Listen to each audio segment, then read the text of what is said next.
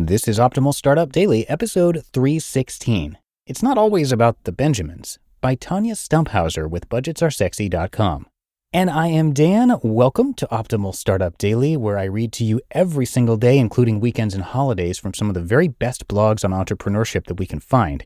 And for now, we're going to get right to today's post for you as we optimize your life. It's Not Always About the Benjamins, by Tonya Stumphauzer with budgetsaresexy.com. All week long, I tossed and turned while I slept. I was having crazy weird dreams, and all of them involved feeling a bit out of control.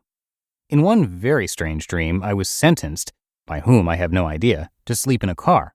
But the car was evil and spun around the garage and went totally crazy while I screamed and tried to grab a hold of the wheel and drive. I woke up from that dream in a pool of sweat. I'm a Libra in the truest sense. I weigh decisions heavily. Maybe not ones like choosing what to eat for dinner, but bigger ones like saying yes to a job. I think that was the root of my nightmares this week. Joining the Side Hustlers of America, SHOA.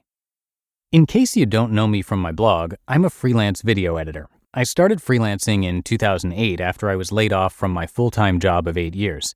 I didn't plan on becoming a freelancer, so I was thrown into the deep end of the water at the height of the recession. And because no one was hiring full-time at the time, I started working on my own. To say it's been a roller coaster ride is an understatement.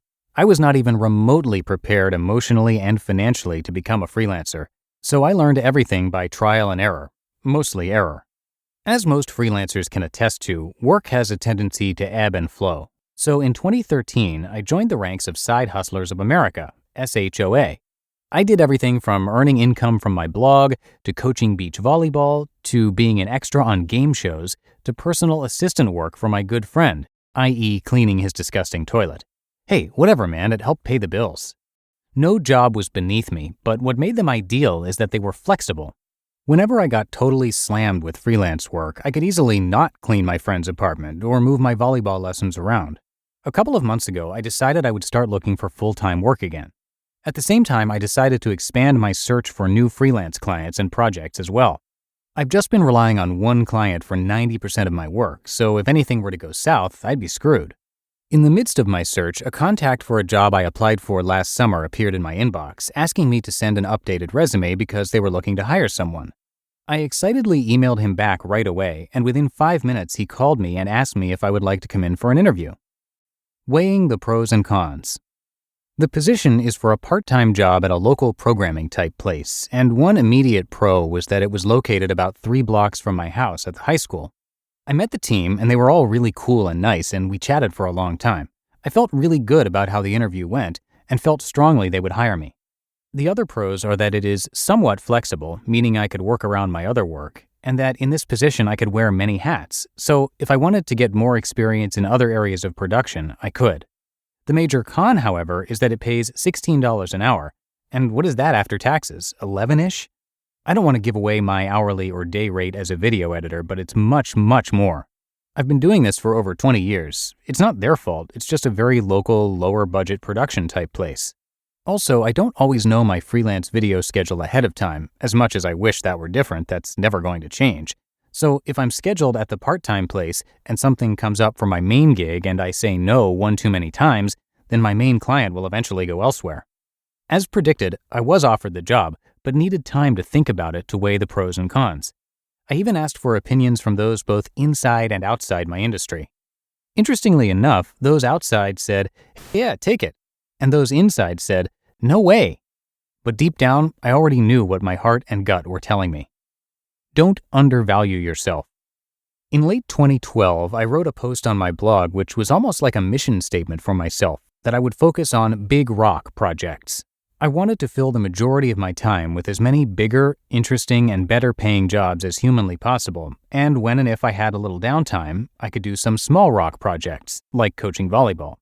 It's a disservice to undervalue yourself. Now, if I was struggling to make ends meet, was in boatloads of debt, or living paycheck to paycheck, then straight I'd be taking whatever rocks I could get, big or small. But I've put myself in a decent place where I can be a little pickier about which jobs to take. I was asked, what about the experience you would gain? Well, that can really be achieved on my own if I really want it bad enough. I can borrow cameras from friends, produce my own material and put it on YouTube, write scripts and make them into movies, and I can certainly learn new technical skills on my own. The point of this is that sometimes just because you are offered any money, you don't always have to take it. There are many factors at stake: time, work-life balance, putting your skills to better use elsewhere, etc. It's not always about the Benjamins. You just listened to the post titled, "It's Not Always About the Benjamins" by Tonya Stumphauzer with budgetsaresexy.com. Let's pretend for a moment that you're about to launch a campaign. It tested well, your entire team is happy, everything's going according to plan, except for that one thought in the back of your head. How do I ensure the people I want to target will be in the mindset to receive my message? The answer? LinkedIn. Because when you market on LinkedIn, your message reaches people who are ready to do business, and that means your advertising campaign will work as hard as it can as soon as you launch it. Now, you might know that we launched a workbook last year, and that was our first physical product, and LinkedIn had been a huge help with getting the word out for us. We were able to engage with potential customers that showed interest in our podcast by visiting our website in the past through our LinkedIn campaign. We also made sure to customize our campaign to generate awareness, which helped us reach some first-time listeners. Do business where business is done. Get a $100 advertising credit toward your first LinkedIn campaign. Visit linkedin.com/OSD. That's linkedin.com/OSD. Terms and conditions apply. And let me give a big thank you to Tonya, who's a guest writer on budgetsaresexy.com. She's a blogger living in LA, and she was laid off in 2008 during the worst of economic times. And then she started writing as a freelancer after hitting her financial rock bottom a few years later in 2012. She nearly depleted her immediate savings and had around $3,000 in debt.